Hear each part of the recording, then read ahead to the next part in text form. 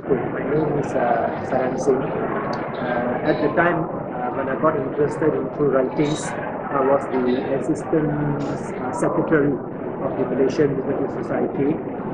Later, I became the secretary for many years. I was given a lot of support by experts of that period. Namely, one of the leading experts was Mr. C.C. Lau. He was in fact my, I should say, guru. Whatever I learned over the years, all thanks to him. He used to bring a lot of rare items from southern Thailand, sometimes from England. First thing he would do is to call me up in the office and I'll come over and have a look at them. A time came when I realized he was very knowledgeable, but he was teaching me everything. But I could write. So he suggested that why don't I start writing, and he will provide me with the information, the points, the banknotes and the photographs which I will take. Photography was also my hobby, so it made things a bit easier for us. The first book was written in 1974. It was a thin book, but it also had the coinage of the Sultanate of Brunei, most of which had never been written before. There was a little bit written in the Brunei Museum Journal, little bit written in the Kuching Museum Journal, but nobody had really done research. So I was fortunate when I was in Kuching, I managed to come across a large collection of Brunei king coins. I managed to study them, photograph them, and that's how the first book came about. Surprisingly, the book in 1974 was about 100 pages, 96 pages, so it was sold for only $15. It sold out within a short period. We were getting more and more information, especially from collectors from Singapore who had vast collections. And somebody suggested, why don't I write about the tin and gold coins of the Malay states, because nobody had ever written about them on a large scale.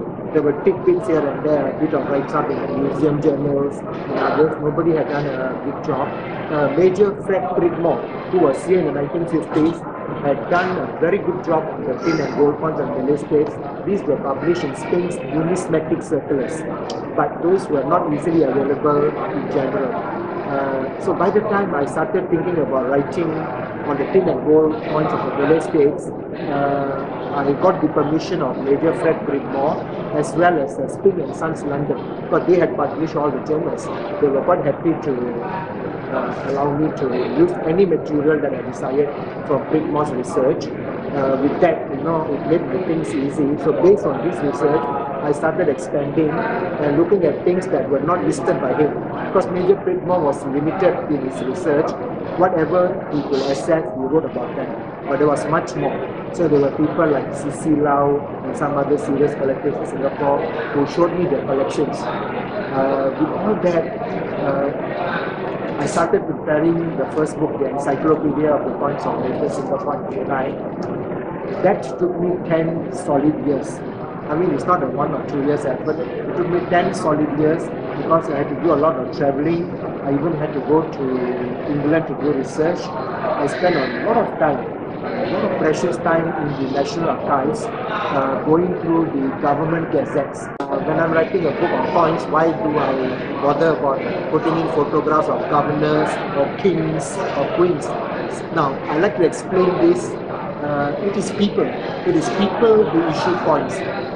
The coins that you use are just a metal piece. So if it has a portrait, you can identify it and say that's Queen Elizabeth or King Edward or King George V. But the more important is who were in charge of the administration, who were ruling British Malaya at the time, and who were the people who actually influenced the use of these coins, how they came about. So it's very important, like Penang, we want to know who were the governors of Penang at that time, who issued yearly Penang coins. So if you can get your photographs or list of their names, it makes it more interesting. This information was not available anywhere at all. So I had recorded it for the very first time. That's why it took me a long time to record all. Then I went to the list of sultans state by state. Now, a lot of the list of names of sultans were not so up to date, they were not so correct, or sometimes the period of their reign was question mark, they were not sure. So I spent a lot of effort trying to make sure the names that are listed in the book were correct. I got in touch with various historical authorities, even in the University of Malaya. So it is not just doing research on coins and banknotes, it is also doing research on history, the historical aspect. Then when I went to Brunei to do research on the Brunei history, I already had the Brunei chain coins well listed. There is a Brunei History Center in Brunei. They gave me a lot of help by providing me for the very first time the most up-to-date family tree of the Sultanate of Brunei. That was published in this encyclopedia, and it came into my hands just about 2 months before the book went into print. So we quickly sought for the latest family tree Sultanate of Brunei. Okay, the first thing is I used to write the book by hand. The whole book was written by hand, manuscript. Because after that, the next step was we rent a typewriter. Those days, the new typewriter, the first electronic typewriter, which had a memory of about 20 pages. Yeah. After 20 pages, you erase the first few pages. So you only have 20 pages in the memory, you see. So what we do is, the next thing I did is, I employed a Chinese girl, fantastic girl, you know, really good, you know, you see. She came to my house, my house became an office. So the typewriter was there, this girl was working for me, of course, for the cost of the book was paid for in there. And she was a very good typist, so she would type. Then I employed another lady to do the composing, you know. So what we do is we buy the graphic paper, the one that is the 1-inch square lines, the old-fashioned way of doing it. Then once this thing is typed, proofread, make sure no mistake. I am doing the proofreading, you know, because I'm the writer. Then the photographs are ready, you see. So what we'll do is the photographs, we will take the scissors and cut round, you know, cut round quite neatly, we'll cut round. Then this piece of paper, we will paste the text on the paper with a cow gum, you know, very because the lines are straight, so you paste very straight with it. After that, you take the photograph. I train this girl. You take the photograph, you know exactly where to paste left and right, you do the pasting. So this is called artwork. So we did the artwork our house, so we only had to pay the 2 girls to do it. If we had asked the printer to do it, the process of fortune. And the machine, for the artwork, the lighting system was also handmade. Handmade by me. Couldn't afford to buy. Handmade it in the house. We made a wooden platform like this. We put a fluorescent tube colored one, and we used to put this thing like that to see, you know, the film later. Okay, after that the thing was done, then we send it to the printer. So the printer will actually just make it into a film. The printer doesn't do any reading or setting. It's already done by me already. I had a bit of experience because when I took the first encyclopedia, I was working in the Armed Forces printing unit. So that helped a lot. I got A to Z knowledge about how to go about doing books. That helped a lot. Then this was basically done to save cost. So the printer only had to produce the film. But when the printer produced the film, sometimes they also do cut and paste. So I had to bring the films home and check through this light, you know, that all the films are correctly pasted, the photographs are all correctly done. You see, that's why he mentioned. And we homemade ourselves, to buy very expensive. After that, the printer will print, then we make 1 copy for me to proofread whether everything, the pages are properly arranged. Now the pages can be copied. So do another checking. Then the book finally will come out. So actually the whole process, even the second encyclopedia and even the other books was done in my house with the help of all my children, of course. You see, on this I would like to mention the grading book, the green color book, the grading book on coins and banknotes. That was done at very short notice. It was our society's, I can't remember now, 10th anniversary or 15th anniversary, I can't remember which one. On the spot, we said, why not we do a book on grading? You know, of course, I came up with the idea. So since I suggested, and now of course I'm doing it. So everybody gave the blessing. Okay, Saran, you do. You know, I had only 3 months to do the book. I worked day and night, even pointing from the office. Sometimes I was early. And you know, my whole floor, you can vouch for it, was full of photographs. You know, in the book, you see the best photographs. But when we take the photograph, when I see the coin, few coins, EF, or very fine. You take all the photographs. When you take the photograph doesn't look EF or EF. the VF may look EF, EF may only look EG, sometimes depend on how a photo. So we had to put all the photo on the whole floor, then go and look. I think Mr. Singh came to my house once and he saw all the photographs lying on the floor. He was shocked. He said, how can you figure out which is A and reverse and reverse and all that, is it? So anyway, he did. And finally we took the best that looked like very fine, cheap, and we put them up together. That book was only done in 3 months, and the book finally 200 copies were ready on the morning of the celebration. The society's anniversary was celebrated in Federal Hotel. You see, and just in time at 5 p.m. the books were ready, 200 copies only. Rushed them to Federal Hotel, so whoever attended that function was able to buy one copy. The book was sold for $15 per book. You see, and now that book also you don't see anymore, the grading book. So it helped a lot to teach people how to grade points. Inspiration was given to me, as I mentioned just now, by Mr. C.C. Lau. Believe me, he was the one and the only one who at that time stood by me and said, Saran, you are a writer, right? I'll give you all the information. And he was quite active in the Malaysian Numismatic Society. So, in fact, people like Encik Kasim came in much later. That time people like Encik Kasim were not very active in the society yet, you see. So it was people like Mr. Ocho Wenger, Mr. Sim Yuong, our former president, has passed away, and there was another one, Captain Grace, who was temporarily our secretary at one time. He was a Signals Regiment officer in Ministry of Defence. His office was close to me. He also encouraged me. Saran, you can write, go ahead, So these people basically encouraged me, and then the society stood by me. You see, I was the secretary later for many years. The society was always behind me. Every time I get some new information, I show it to them, and they look at it, we enjoy it, and then I was progressing, So the society was a pillar of support at the time, And when it came to printing the book, we had no money. So we tried to get donations by sometimes selling coins. Some people will give some donations of banknotes and coins, put in auction. Our former, our patron, Dr. Taib Mahmud, is through his wife, Datin Laila, they donated $10,000 for our first encyclopedia. So somehow that we managed to struggle, and the society got the money to publish the book. But it was a hard job. The book was only sold for $67, just a few dollars over cost price. But the book didn't sell very fast.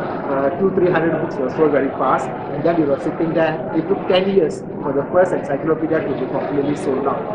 Then many years later, Stephen Tan had the idea that why don't we do a second edition? The society, of course, had no money, so Stephen decided to finance the book.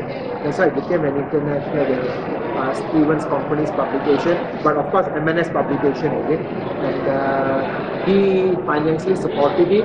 The poor man, it took him also another 10 years to finish selling the second book, you see. So basically, the book might be a good book, it takes a long time to sell. Like now if you have a third edition, I think 200-300 copies will sell very fast. And then you are stuck with the balance 500-600 copies, your money is tight on. So not many people are happy to come forward and sponsor the publication of the book.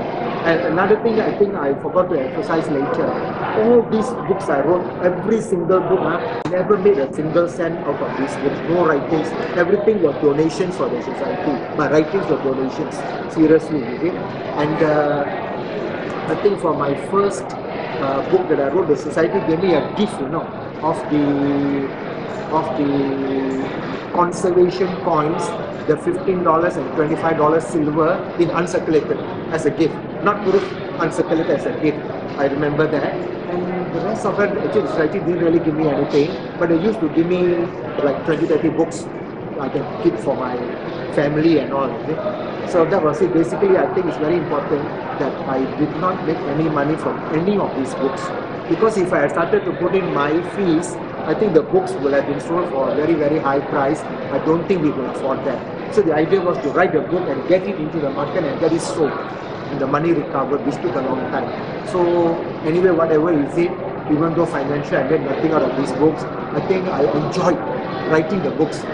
I made a lot of friends all over Malaysia and Singapore, and I'm very thankful to all of them in that sense. It gave me a lot of happiness and pleasure writing all this. I think I've written about 14, 15 books altogether, because some of the books are for the Sikh community, so nothing to do with points. And which is my favorite book? I think I have to put two books as my favorites. Okay. My favorite book, one of them is my first encyclopedia. That's my favorite book because it gave me a lot of pleasure when it was finally done. And the second book is actually a Sikh book. This is on the life of a saint who lived in Malacca and died about 40 over years ago. Saran Singh, it's called his life.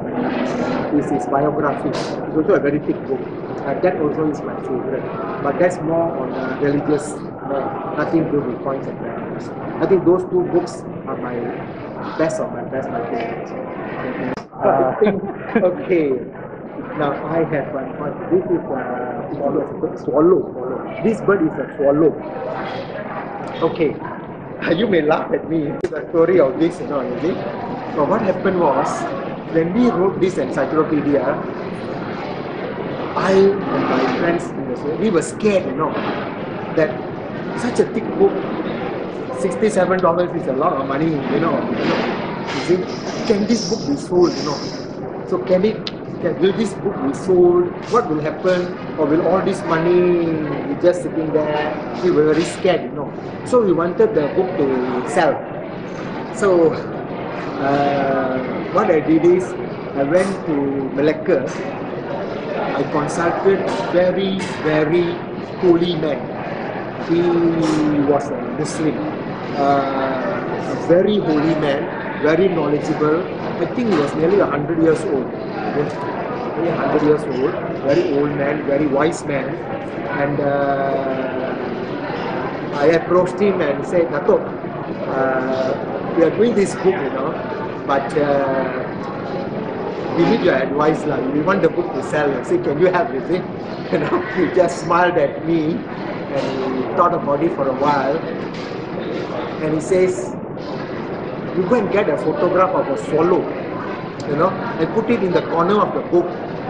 As the swallow flies, the book also will slowly fly away. And true enough, then I went to Encyclopaedia to get a photograph of a swallow. So Kasim in the museum, went to the photo section. We dug up a few photographs of the swallows. So we made one of them. The photos were quite big. Then we reduced it to this size and we put it in the corner. So eventually, believe it or not, the book did sell. So I mean, it's like you may be treated as humorous, you may treat it as truth, but I think I had a bit of faith in it, that the book will sell one day. So that's it's a bit of a unique story, a bit unusual, but that's why the bird is there. Incidentally, touch wood, like all goes well, the book on the rubber export coupons, I might be doing a second edition very shortly. And in this book, I will also include petrol ration coupons, just to have a bit of extra information on that. Nobody has written on petrol ration coupons, so I might put them inside as well, and at least I'll do some write-up. Okay. So at the moment, very soon I'll be working on that project. Touch wood. Okay. This time it will be full color. That's one. And whatever I'm missing in the first edition of I'll include it now. I will also include, as I said, petrol coupons which are not written before. We will look through other people's collections, bigger collections, in case we miss anything. We have on one plantation coupon, Raja Hitam Coconut Estate. And I did some research on that. I have the coupon, actually. One coupon is very rare, actually. We did some research. That estate was founded in the early 1900s to 1900s. Yeah. Very big coconut plantation, and it still exists today under a different name. So I will do a bit of a write-up. In fact, my son did a write-up. I did a bit of catch-up on it, and we are one of those coupons. I think those coupons, to my knowledge, only two pieces exist. One piece was with Che Hanafi. This piece came from his collection. He had two pieces. So I managed to persuade him to sell me one many years ago. I think about 20 years ago. So I had it. And recently we did some research. My son dug up a bit of information. And we might just put this one odd item there. Or any other interesting thing that we might find an odd piece, we might just include it for posterity. My advice to new writers, number one, first and foremost, they got to be very, very patient. very patient, when you write a book, you see. And secondly, if you want to go far in writing, you have to be very humble. Because you cannot write a book if you don't have the information. And to get the information, people will only give it to you if they like you. If you are friendly with them, you are approachable, you see. So you have to make friends with all the big collectors who have stuff. And if they like you, they will be happy to show you stuff that is not easily available.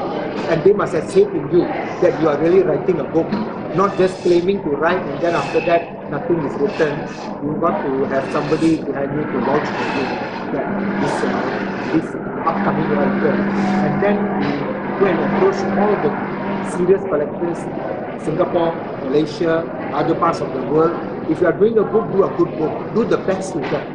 Don't just do a half-hearted book and say, I'm an instant writer and I've written a book. Because when people look at it, they'll say, hey, if you've done such a good book, surely he could have done it better, but if only taken the trouble to ask me.